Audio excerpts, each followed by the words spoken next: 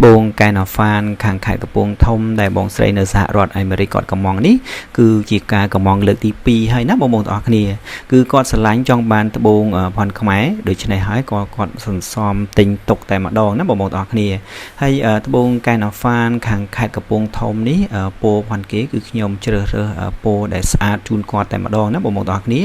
ពណ៌ត្បូងគឺយើងជ្រើសរើសយកពណ៌ស្វាយភ្លើងក្រហមណាបងប្អូនទាំងអស់គ្នា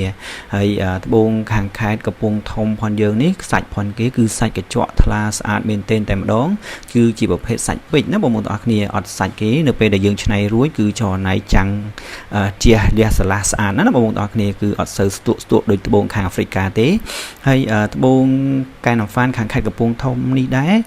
នៅពេលដែលយើងឈូសនៅលើម៉ូទ័រណាបងប្អូនទាំងអស់គ្នាសាច់របស់គេមុំស្វិតខ្លាំងមែនទែនតែម្ដងទ្វេត្បិតតែកម្រិតសាច់រឹងផាន់គេបានត្រឹមតែ6កន្លះទៅ7ប៉ុន្តែសាច់ផាន់គេគឺស្វិតអញ្ចឹងនៅពេលដែលយើងយកទៅប្រើប្រាស់ឡើងគ្រឿងគឺមុំធន់ខ្លាំងមែនទែនតែម្ដងណាបងប្អូនទាំងអស់គ្នាឥ